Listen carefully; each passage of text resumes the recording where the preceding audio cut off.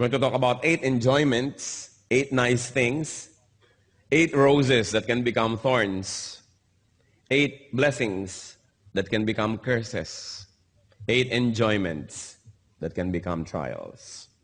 One of that, a trial that we should pass, is the trial of beauty and good looks. Tingnan ninyo yung katabi nyo. Siya kaya ang pinag-uusapan natin. Beauty and good looks. Tulad na lamang ni Joseph. Si Joseph the dreamer.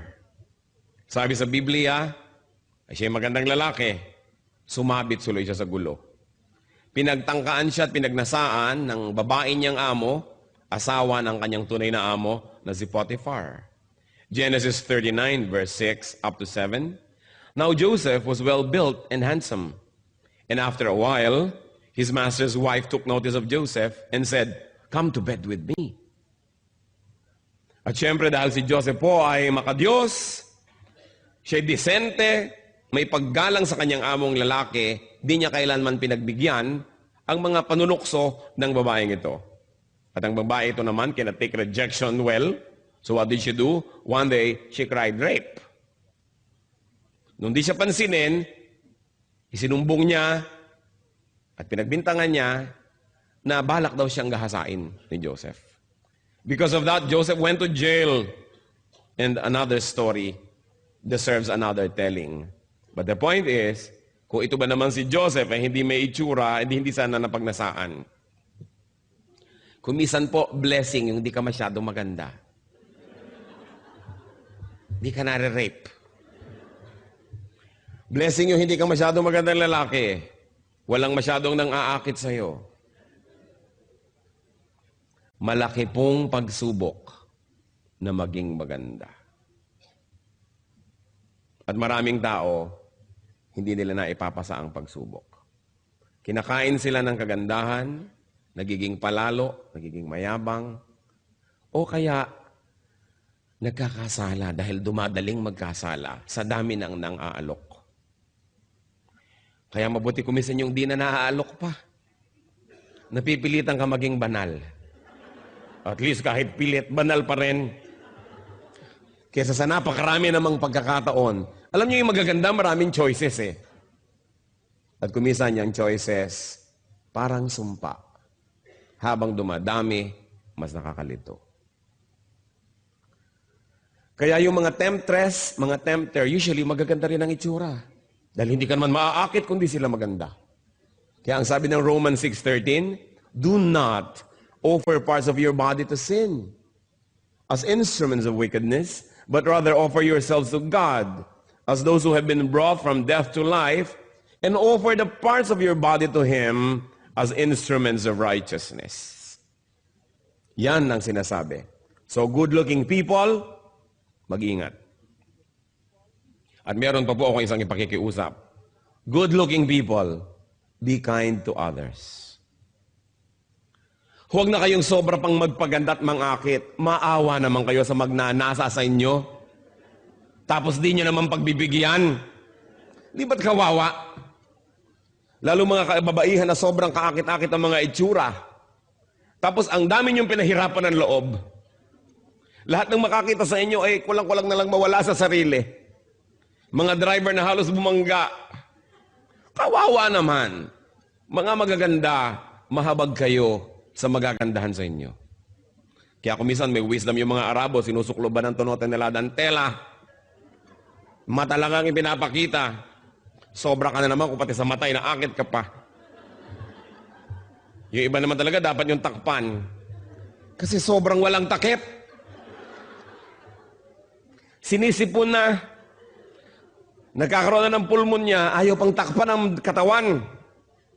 So, maawa kayo. Maawa kayo sa magnanasa, na mabibigo lang naman. Maawa kayo sa maiinggit. Malaking pananagutan ang maging maganda. Beauty is from God, and it must glorify God. Beauty must never be surrendered at the feet of Satan to be his instrument. Pero tingnan ninyo, napakaraming magagandang tao, kasangkapan ng kasamaan. Ang kagandahan ay ginagamit sa pang-aakit ng asawa ng may asawa. Sa pagmamali ng kaisipan ng maraming makakakita. It's sad that a beautiful thing and that beauty can be a curse. So, watch out, beautiful. Watch out, handsome. Sabihin nyo nga sa katabi nyo yun. Watch out, beautiful. Watch out, handsome. Another trial, which sa biglang tingin is a blessing but can become a curse also, is health. Health? Pastor Ed, hindi ba kayo nagkakamali? Health can be a curse? Yes. Because healthy people have so many options and choices of what to do. Katulad ng sobrang maliliksi ang mga paa, kung minsan kadadaling maghabol ng kasalanan at pumunta sa mga lugar ng kasalanan, kung yan ba naman yung nakapako sa kama at di makabangon, nagiging banal. You know, the body can do so much when you're healthy. That's why, when you are healthy, first you thank God, and then you watch that you don't allow your health to become an entry point of evil. Kasi pag malusog ang tao, maraming pwedeng gawin. At saka marami rin pwedeng makigawa sa kanya. Kasi kung ikaw ba sumusuka ng dugo, ay wala nang may gustong lumapit sa iyo kumisan. Malayo ka sa temptation. Pero kung lusog-lusog mo, maraming gusto na dumikit-dikit at lumapit-lapit sa iyo. Kaya ang katawan natin, mas malusog, mas ginagawa nating alipin ng kabutihan. Sabi ni Paul sa 1 Corinthians 9:27, "No, I beat my body and make it my slave." You know, if you don't make your body your slave, it will be your master. Yung katawan ng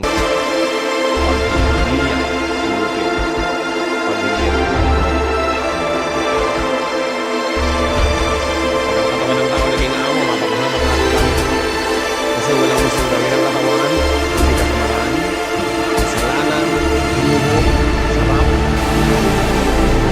Kawawa ang kaluluwa ng tao, yung katawan niya.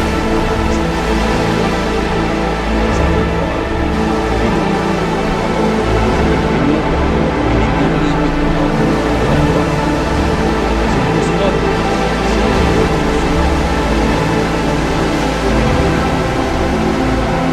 Bakit pagkasama ng health, trial din yung long life. It's a blessing to have a long life, but long life can also be a curse. Long life can also be a trial. Tingnan nyo ang napakarami nating hinahanga mga bayani, maaaga kasing namatay. Si Rizal, si Bonifacio, na magsaysay, halibas at maaagang namatay, hindi nagkaroon ng maraming pagkakataong magkamali. Habang humahaba ang buhay, dumadami ang pagkakataon mong magkamali. Of course, dumadami rin ang pagkakataon mong gumawa ng mabuti. Kaya ang sinasabi natin, blessing yan, pero pwede rin niya maging sumpa. Tingnan niyo sa Don Emilio Aguinaldo, sa haba ng buhay. Napakaraming naging controversies tuloy na nasangkutan. Sumama sa politika, natalo, kung anong pinaggagawa. Ang haba kasi ng buhay. Yung napakaagang nangamatay, nagmumukha tuloy yung mga perfect or nearly perfect because they did not have much opportunity to make mistakes. So, watch out, you health buff. Kung ang lusog-lusog mo, mahaba ang iyong buhay, humihingi ka sa Diyos sa mahabang buhay, gusto mong pahabain, mag-ingat-ingat ka. Sapagkat bawat buhay at bawat araw na ipinahiram ng Panginoon ay gustong agawin din ni Satan. Kung si Hitler namatay nung 11 anyos, di ibang-iba sana ang history ng mundo. Humaba. Kung naging 90 siya, can you imagine kung anong pwede mangyari? Ang buhay, trial yan. At kasama din ang health, isang trial, hindi lang yung long life, kundi youth. Yung pagiging bata, yung kabataan, isang malaking trial. Why? Because in the time of youth, people make the foundation for their whole lives. Kung anong ginagawa natin ng ating youth, sometimes kaladkad, daladala, pasan-pasan natin buong buhay. Kaya dapat ang mga young people nag-iingat. At dapat nilang makita na yung estado, yung stage na sila yung mga kabataan ay isang napakalaking pagsubok na kailangan nilang malampasan. Sapagkat marami hindi nakakalampas ng hindi nadadamage. Sabihin, talaga ganyan yung mga babae, medyo umaalembong ng konti kasi young people. Pero yung iba hindi nakakalampas. Nagkakaroon ng buhol-buhol na anak bago mag-18, 19. Hindi nyo na pwedeng maando yun. Nando na. Permanent fixture of your life. Yung mga lalaki na nagkakaroon ng anak kung kani-kanino na hindi naman nila asawa, nobya lang, yan ba hindi pwedeng bumalik ng walang bayad? Kahit nagtagumpay kang tumakbot, tumakas. Yung mga nag-drugs, natunaw yung brain cells, maibabalik ba yun? Hindi. Kaya nakikita nyo kasi mga nagdadrugs sa katunganga, humal-humal, dahil na-damage. Many people say, mga teenagers, only a passing stage, hayaan nyo na, ang higpit nyo naman, lalampas din yan dyan. Marami pong hindi nakakalampas. Makalampas man ay damaged. At yung iba na makakamatayan pa, hindi na tumanda dahil sa sobrang mga adventure ng kanilang pagiging bata. So, to have long life, and to have youth, or to be young, these are also trials. Kaya sabi ng pinakamatalinong taong naglakad sa balat ng lupa, si Solomon, sabi niya sa Ecclesiastes 11, verse 9, "Be happy, young man, while you are young, and let your heart give you joy in the days of your youth. Follow the ways of your heart, and whatever your eyes see. But know that for all these things, God will bring you to judgment." Sige, sundin mong gusto mo, gawin mong gusto mo. Total, ang lusog-lusog mo, wala ka pang mga sakit sa bato, wala ka pang gallstone, wala ka pang mga renal stone, wala ka pang kung ano-anong stones. Wala ka pang rheuma, wala ka pang mga kung ano-anong sakit ng tuhod at kasukasuan. Kaya akala mo, yung iyo ang buhay, sige, gawin mo. Kaya lang, sabi niya ganon, huwag mo kakalimutan, may araw ng pagtutuos. Babayaran ang dapat bayaran, pananagutan ang dapat panagutan. Kaya yung mga iba, kabata-bata pa lang, 40, 50, nanginginig-ginig na. Paano ng young person, walang ginawa kundi pagkatapos ng basketball, paligo. Ayaw maniwala sa pasma. Pag nanginginig na, ay totoo pala.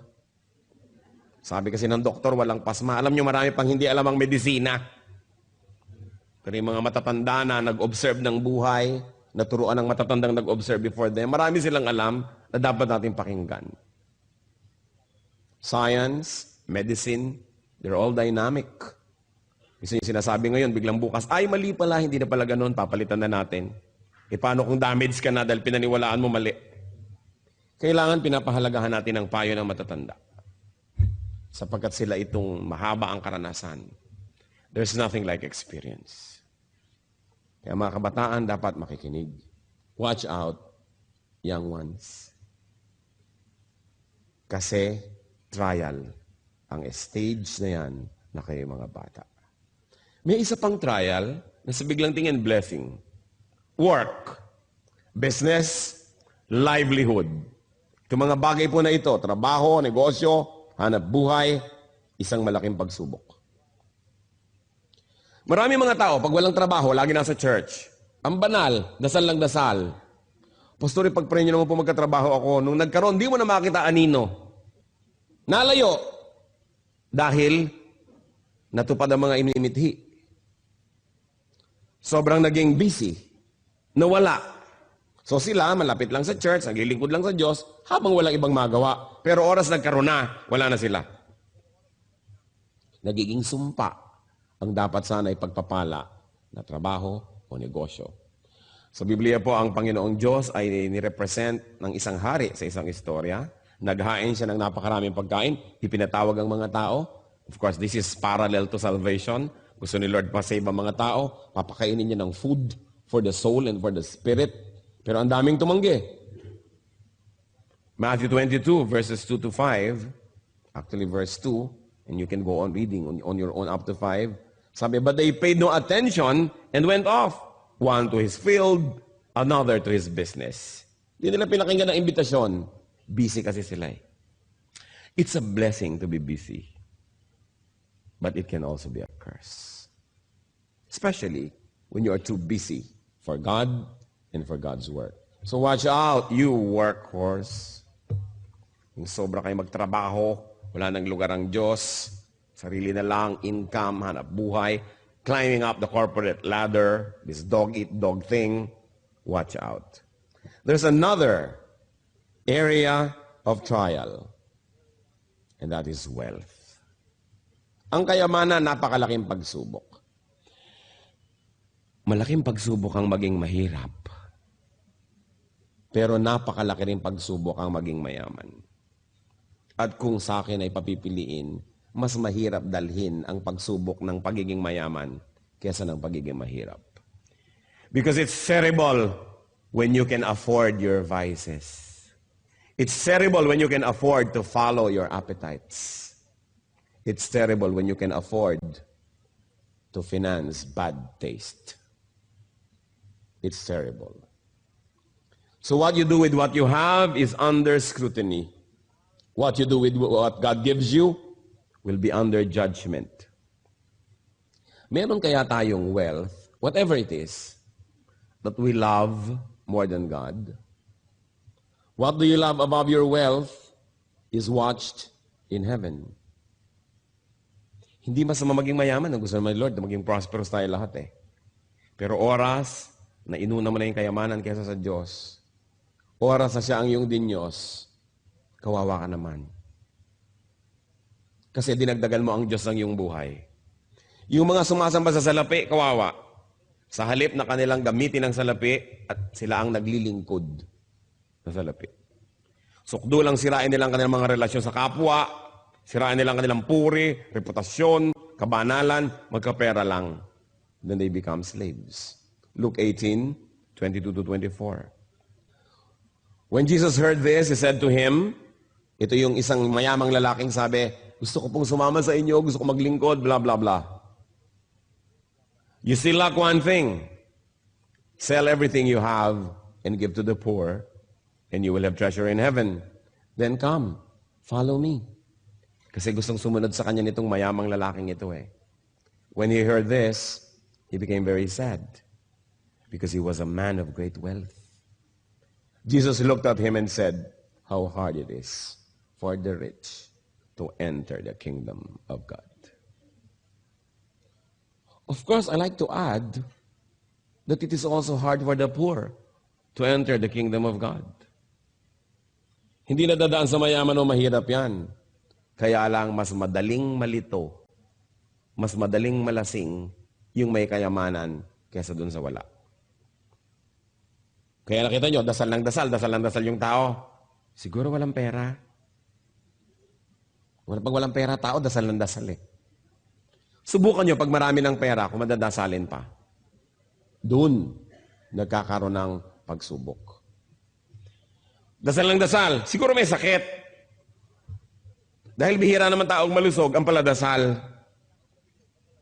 Dasal ng dasal, siguro nanganganib ang buhay. Kasi bihirang taong secure, ang naaalala magdasal. Dasal lang dasal si Mrs. Naku, siguro may ginagawang milagro si Mister. Dahil bihira namang Mrs. na masayang-masaya sa kanyang Mister, ang madadasalin. Karamihan ng mga madadasalin, wala na kasing mapuntahan, pumupunta na tuloy sa Diyos. Kaya kumisan, nagiging pagpapala ang problema. Kasi lumalapit tayo sa Diyos. Pero imagine niyo kung gaano kalaking pagpapala yung malusog ka, masaya ka, kontento ka, masagana ang iyong buhay. Tapos madadasalin ka pa rin, malapit ka pa rin sa Diyos. Bakit ka ngayon mawawala ng magagandang bagay na yun? Bakit ka paglalaroan ng tadhana, samantalang malapit ka sa Diyos? Liba na lang you're under trial like Job, na ibinalik naman lahat ng Diyos, dinoble pa. Kaya alam nyo, yung magkaroon ng maraming pera, napakalaking pagsubok. Subukan ninyong lapitan yung taong hirap na hirap sa buhay. Ilapit nyo ang Panginoon, mas madali siyang magdasal. Mas madali siyang makinig, mas madali siyang manampalataya. Subukan yung ilapit yung salita ng Diyos sa taong masagana, malusog, okay ang buhay, ang hirap sabihan. Sasabihin, O kung mali ang ginagawa ko, bakit ako nagtatagumpay? Bakit pa ako magbabago? Baka maiba yung feng shui ng buhay ko, malasim pa ako. Samantalang ngayon, sinuswerte naman ako sa buhay. Kaya mahirap pong kausapin yung matagumpay. Liban na lang kung yung matagumpay na yon, ang kanyang puso nasa tamang lugar, kinikilala niya na ang lahat ng tagumpay niya, bigay lang ng Diyos, hindi dahil magaling siya, hindi dahil deserve niya, then dumadaling kausap. Yung maging masagana sa buhay, malaking pagsubok yan. Blessing yan. Pero pag hindi natin nahawakan ng tama, nagiging parang sumpa. Wealth also brings so much worry. Sa bagay, nakaka-worry rin naman yung poverty. Pero yung poverty naman, wala ka masyadong choice. Sumisimple. Pag marami kang pera, kaya mong limang kerida, ibahay lahat, dumadali. Dumadali ang pagbili ng mga bisyo. Dumadali. Lumalakas ang loob maghiwa-hiwalay yung mga tao kasi kaya naman nila maghiwa-hiwalay eh. Kasi alam niyo, may mga tao naman, hindi naman dahil nagmamahalan kaya magkakasama because there's interdependence, hindi sila mabubuhay economically na magkakahiwalay. And in that case, poverty helps to keep them together. Until they evolve or they develop in their thinking that they will be having greater and deeper reasons for sticking together. But for a while, it helps that they need each other. Kaya nga po, malalaman mo lang ang taong tunay na magalang, tunay na polite, pagka mayaman, pagka merong kaya sa buhay. Kasi yung mahirap, wala namang choice yung kundi maging magalang eh. May choice ba? Empleyado ka, good morning po. Diba? Dadaan ka sa mga nag-uusap, yukong-yuko ka. Ang galang-galang mo. Ayaw mong tawagan siya ng oras ng siesta. Ang galang mo, kasi baka nasa ilalim ka ng kapangyarihan niya. Pero oras na ikaw na yung makapangyarihan. Oras na ikaw na yung may pera. At magalang ka pa. At hindi mo na kailangan ng tulong nila, pero magalang ka pa. Yun lang nakakatalong nalalaman, magalang nga siya. Because many people are forced by circumstance to be nice. But when you don't need people, when you are independent economically, in fact, when they are dependent on you and you're still nice, then that's your true character. Kaya po yung magkapera, magkaroon ng kapangyarihan, napakalaking pagsubok at konti lang ang pumapasa. Kasi kadalasan, pag mataas na yung rango mo, wala nang sisita sa'yo, kung ano na nang pinagkagagawa mo. Kasi wala nang sisita sa'yo. Kaya marapat ibalik ka uli sa mababang rango para ka tumino. It is a great trial to have power. It's a great trial to have wealth. Because you can do what you want. And when you're able to do what you want without having to submit to anybody, that's when your true character shows. Mahalaga. Isip-isipin natin. So watch out, Ritzy. Tingnan nyo nga katabi nyo kung mukhang mayaman. Baka nagpapanggap lang siya para wag niyong dukutan. Pero mayaman pala. Yung mariwasa ka sa buhay, may kaya ka, trial yan. Then, another trial is knowledge. Knowing is a burden. Knowing more is a heavier burden. Kaya sabi ni Solomon sa Ecclesiastes 1:13-14, I devoted myself to study and to explore by wisdom all that is done under heaven. What a heavy burden God has laid on men. I have seen all things that are done under the sun. All of them are meaningless, a chasing after the wind. And in other parts of Ecclesiastes, Solomon says, the more you know, the lonelier you get. Mas dumadami ang alam, mas lumulungkot ang buhay. Subukan nyo na malaman ang lahat ng sinasabi ng kapwa nyo tungkol sa inyo behind your back, lulungkot kayo. Mabuti pang di mo na alam. Subukan yung malaman ng maraming bagay na mabawasan ng kaligayahan. So the more knowledge, the more trials. Kaya yung mga rumurunong ng konti, nakapag-biology 4 lang, ipinagpipilitan ng galing tayo sa unggoy, yan ang napala sa pagiging marunong. Little knowledge can be dangerous. That's why atheist scientists, atheist philosophers are in danger. What we know is little. What we do not know is immense. O yung taong hindi tiyak, therefore akala niya hindi niya alam. Ang nanganganib, yung mga tao nagdudunong-dunungan. Yung mga natututo, nalalagay sa panganib, napapahamak, kung ang karunungan na ito, hindi na isusuko sa Panginoon. Kita ninyo, dahil sa karunungan ng tao, akala na nag-i-improve tayo, wow, pagaling ng pagaling ang tao, pagaling ng pagaling ang mga armas na nagagawa. Mabuti pa nung araw, pukpukan lang ng bato, buhusan ng kumukulong tubig ang mga gera. Kapaltos-paltos ka lang. Ngayon, napaka-high-tech ng gera, ang daming namamatay agad. Dahil sa runong. Knowledge can be a curse. So watch out, nerd. Mukha bang marunong ang katabi nyo? Tingnan nyo nga, mukha bang marunong? Sabi mo, mukhang marunong ito. Ano yung basis natin dyan? Another trial, of course, is zest. Sigla.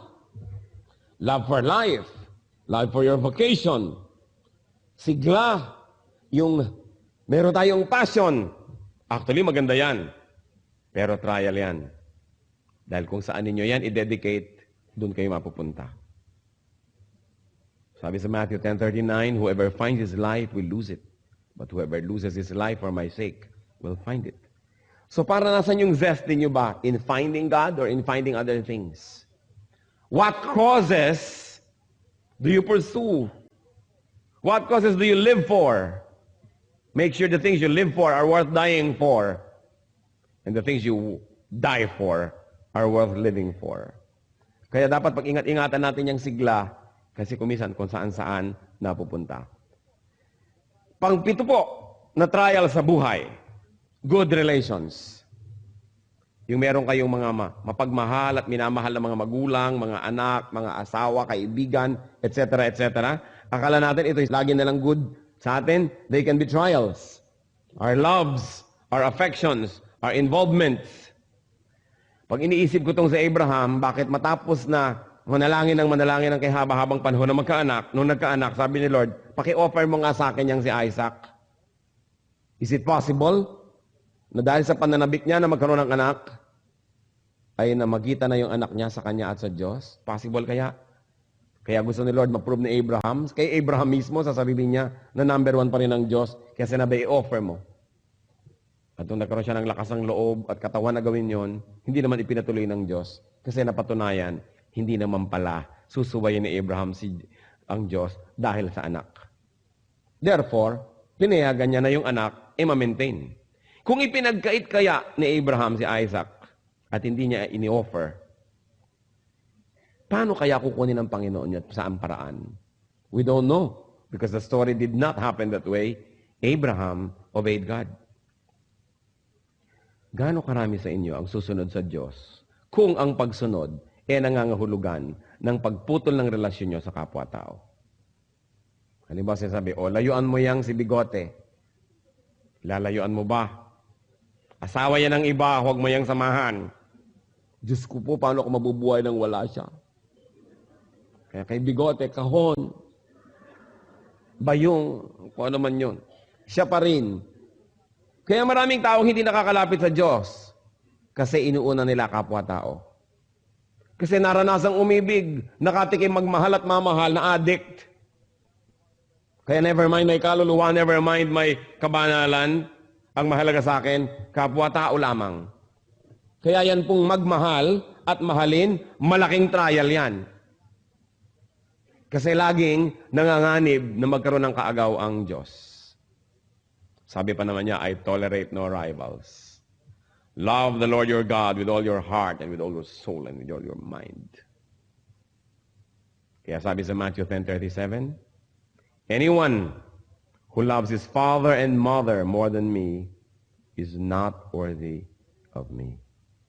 Anyone who loves his son or daughter more than me is not worthy of me. Ang tagal, pinroblema ko yung verse na yan. Sino sa inyo namang problema sa verse na yan? Raise your hands. Sige pa, aminin nyo na. Kakaproblema, no?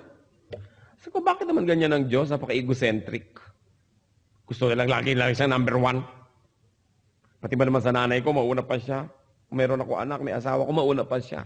Tapos una siya sa lahat. Di lahat ng tao, siya na lang yung number one. Bakit naman? Na-share ko na sa marami to. Payagan niyo kung ulitin ko sa inyo dahil baka hindi ko pa na-share sa inyo. Dahil nagkaroon ako ng peace sa verse na ito. At alam niyo kung paano, sa hinaba-haba ng pakipagbuno ko sa verse na ito. Napagtanto ko, I'm sure it came from the Lord, na kung sino ang mahal nyo, yun ang makakasakit sa inyo. Kaya ka ba naman saktan ni Aling Eyapang doon sa may kanto? Hindi siguro, maliban na lang hinampas ka niya. Pero hindi niya kaya saktan ang puso mo. Tulad ng magiging sakit kung iniwan ka ng asawa mo. Pinagtaksilan ka ng nobyo mo. Sinumpa ka ng magulang mo. Iniwan ka ng anak mo. Ang sakit. Kasi yung mahal mo, ang makakasakit sa'yo. Mas mahal mo, mas kaya kang saktan. Ngayon, kung nagmamahal ka ng tao, humanda-handa ka masaktan. Kasi, iiwan ka niyan. Maaaring pagtaksilan ka dahil siya naging marupok. O maaaring pagtaksilan ka dahil basta ayaw na niya sa'yo. O ang tapat-tapat niya, ang buti-buti, namatay. Di wala rin. Mawawala rin. Kawawa naman ang taong sobrang nagmamahal sa kapwa. Humanda kang lumuha. Kaya ang sabi ng Panginoon, unahin niyo ako.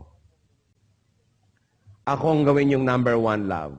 Kasi hindi naman siya mamamatay. Hindi lagi siyang nandyan. Hindi ka naman niya pagtataksilan dahil siya matapat. Hindi ka naman niya iiwan because He fills heaven and earth with His glory and with His presence. Hindi ka niya dadayain, hindi ka niya pagsisinungalingan. Tutulungan ka pa niya, sasamahan ka niya. Kaya sabi niya, pag akong mahal niyo, wala kayong kalugi-lugi. Paano ho, Diyos ko, ang bigote? O, di gawin mong number 2, number 3 sa iyong buhay. Pagtaksilang ka, mawala siya sa'yo, dahil ako pa rin ang number 1, nasaktan ka, pero konti lang. Kasi pag yung number 1 sa buhay mo ang nawala, sabi mo ba, Crispin, Basilio. Kasi nawala yung number 1 eh. May problema pa kayo sa verse na ito? Na-solve na? Sino yung na-solve na ang problema? Gusto ng Diyos, number 1 tayo. Number 1 siya sa buhay natin kasi gusto niya tayong alagaan. Di ba? Sino sa inyo mga magulang? Di ba pag may nanliligaw sa anak nyo, kinakabahan kayo? Baka paluhain tong anak ko? Ano ba itong nanliligaw sa kanya? Laki ng hikaw. Malaki pa sa hikaw ng daughter ko ang hikaw mo, iho. Nakakatiyak ka bang matutuwa ang anak ko sa piling mo? Tapos ang grade mo, puro pasang awa. Kawawa naman ang anak ko. Hindi ba't kuminsan kung pwede lang ibulsa yung anak nyo, yung paligawan? Dahil ayaw nyo masaktan. Hindi dahil gusto nyo siyang sadistahin. Kasi parang kitang-kita nyo na, anak, masasaktan ka. Tapos nung nakikita mo na hindi ka na sinusunod dahil susunod-sunod sa nobyo, hindi na sinusunod na yung mga patakaran, nagsisinungaling na sa'yo, eto na nga, number 1 na yung nobyo, hindi na ako. Kawawa naman ang anak ko. Kaya ang magulang, kung pwede lang, anak, ako na lang gawin mong number 1, hindi kita pagtataksilan, dito ka na lang sa atin, magsama-sama tayo habang libing. Kung pwede lang ganunin ang anak, kasi gusto mong i-protect, ganon, in a much greater way, ganon tayo gustong i-protect ni Lord. Kaya sabi niya, gawin mo ako number 1. Hindi dahil sa egocentricity ko, hindi dahil sa pride ko, hindi dahil gusto ko makuha lahat ng atensyon. Kasi gusto kitang di masaktan. Magmahal ka ng iba, konti lang, wag tulad ang pagmamahal mo sa akin. Para dumating, umalis sila, mabuhay, mamatay, lumusog, magkasakit, nag-aalala ka, nasasaktan ka, pero hindi ka kayang itumba kasi yung tunay mong mahal, eto pa rin. Ang bait ng Diyos, ang galing-galing niya. Napakahusay. So kayong sobrang magmahal sa tao, watch out, lover. Mag-ingat-ingat kayo. Lalo yung mga romantic love. Kaya maraming tumatalon sa Pasig. Dahil dyan sa pag-ibig na yan. Pag-ibig na ligaw. Kasi nauna yung tao kesa sa Diyos. Sinong magpapakamatay kung nawalan ka ng mahal sa buhay pero number one mo ang Diyos? Hindi. Kaya mga nagpapakamatay dahil sa pag-ibig, alam mong, ay, nakakalungkot mang isipin, natabunan ng Diyos, nagmahal ng kapwa, ng lubos-lubos. Lampas sa kalooban at disenyo ng Diyos, napahamak tuloy. Pangwalo, sana bala ko mga 100 pero tama na siguro yung 8, no? Pangwalo na trial, accomplishments. Akala nyo trial ang kabiguan? Mas malaking trial ang tagumpay. Accomplishments. Mas maraming nagpapakamatay na matagumpay kesa sa bigo. Mas maraming mag-asawa ang naghihiwalay na matagumpay kesa yung mga bigo. Kasi kuminsan, ang wattage mo 10, hindi mo kaya ang 50 volts. Kasi hanggang 10 watts ka lang. Tapos dumating yung 3,000 volts, pundi ka. Kaya maraming tao, pag nagtatagumpay, napupundi. Dahil malaking trial yung accomplishment. It be physical, mental, social, or spiritual success. Fame and glory can be terrible trials. Kaya akala mo ang galing-galing mo, kayang-kaya ko na to, yun ang pinakamapanganib. Sapagkat di ka na nag-iingat. Sobra ka ng overconfident. Dahil nga sa iyong accomplishments. Kaya sabi sa 1 Corinthians 10:12, so, if you think you are standing firm, be careful that you don't fall. Sapagkat halos lahat ng natumba ng di nila inaasahan na mangyayari yun.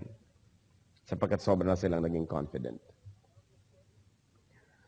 Accomplishments can make a man proud or vain or careless. That's why accomplishments can be dangerous. Watch out, achiever. Kailangan tayong mag-ingat na lahat. So look at everything from both sides. Trials can be blessings. Blessings can be trials.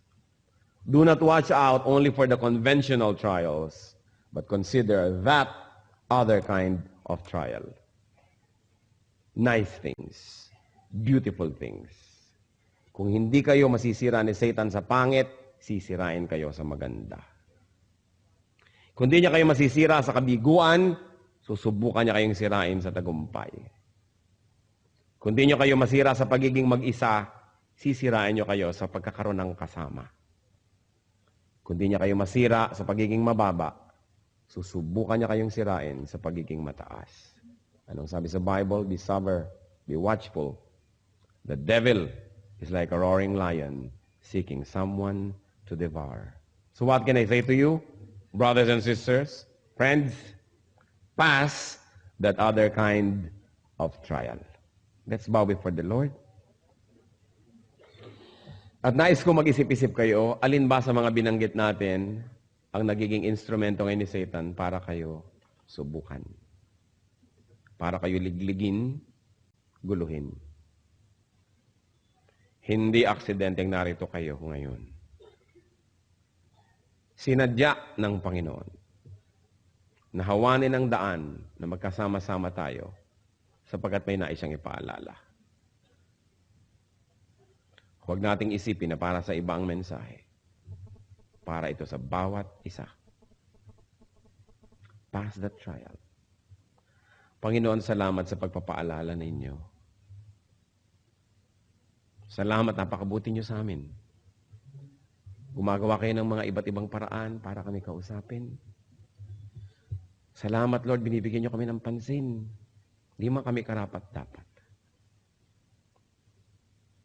Ipakita niyo nga sa amin ang mga bagay na sa biglang tingin ay mabuti, subalit pag di namin binantayan, maaaring maging dahilan ng aming pagkadapa. At maaaring nagiging dahilan na ang ilan. Turuan niyo po kami. Nais kong manalangin para sa ilang tao na nakita nyo ilan, marami, maring lahat o isa sa mga binanggit, ngayon, nagiging trial sa inyo. Nais kong ipanalangin na palakasin kayo ng Panginoon. Nais kong ipanalangin na bigyan kayo ng Panginoon ng matang makita ng malinaw ang mga pandaraya ng sanlibutan. Sino man sa inyo magsasabi, yes, meron sa mga binanggit na nagiging dahilan ngayon para ako'y subukin. Nais kong malampasan, nais kong maging malakas. Hihingi tayo sa Panginoon ng pagpapala. Sino man ang magsasabi niyan, we're going to pray. Who else would like to say, Lord, you made me realize and you made me see the trials that I probably never saw clearly before. But now I like to surrender to you and to announce to you, O Lord, to say to you that I need you. Individually, brothers and sisters, kausapin niyo ang Panginoon. Narito siya. Damang-dama kong narito siya. Kausapin niyo. Humingi kayo ng lakas. Ihingi niyo ng tawad ang mga pagkakamali, pagkakasala sa mga larangang ito. Hindi kalugod-lugod sa Kanya ang ating mga kasalanan. Make this a very beautiful moment of reconciliation with God. Hihingi niyo ng tawad. I cannot do it for you. You've got to do it yourself. Sa ilang saglit, seek God's forgiveness. If you have allowed these things to deceive you, and if you have allowed Satan to succeed in other parts of your life. In silence, pray to the Lord. Salamat, Lord, sa inyo pong pakikinig sa aming mga pagtatapat sa paghingi ng tawad sa inyo. Ayon sa panalangin ng bawat isa na nakatindig sa iyong harapan ngayon, Panginoon, igawad niyo nga po yung mayamang pagpapatawad. Igawad niyo nga yung kabutihan, kabaitan sa amin. Pagkamat wala kaming patago at humihingi ngayon, Panginoon, ginagawa lang namin sapagkat pinangako niyo, pakikinggan niyo kami. Alang-alang sa iyong mga salita at alang-alang sa iyong pag-ibig sa amin. Naglalakas loob kami, Panginoon, na humingi nang hindi naman namin ipinatago. Patawarin niyo po ang bawat isa as everybody has individually sought forgiveness. At ngayon naman, Panginoon, sa pagtayo na yung mga anak, sa pagkilala ng pagkakamali, sa pagkilala ng kahinaan, sa pagkilala ng pananagutan sa inyo, at sa pagkilala sa inyo na tanging makatutulong sa aming lahat. Tanggapin niyo po ang pagtayo na ito bilang pahiwatig, bilang pagsasaad na kami umaasa lang sa inyo. Kayo pong nakakakilala sa bawat isa na ngayon ay tumitindig at kumikilala rin sa inyo. Kayo po ang magpalakas sa aming lahat. Kayong nakaalam ng aming mga kahinaan, puspusin ninyo ng inyong presensya at ng inyong kapangyarihan. Nang sa gayon ang aming mga kahinaan ay maging kalakasan namin. Kayong nakaalam ng mga kadiliman ng aming buhay, tapunan nyo ng inyong liwanag ang madidilim na sulok ng aming buhay. At kayo'y maghari doon. At kayo, Panginoon, na nakaalam ng mga ginagawa naming di ka nais-nais. Sa inyong pagpapatawad, humihingi naman kami ng kalakasan na ang mga ito'y matalikuran, maputol sa aming buhay. At nawa, Panginoon, ang lahat ng mga espasyo sa buhay namin na ngayon ay pinagtatanggalan namin ng mga bagay na ito, palitan niyo po ng inyong presensya. Palitan niyo po ng inyong kapayapaan. Palitan niyo ng inyong kalakasan.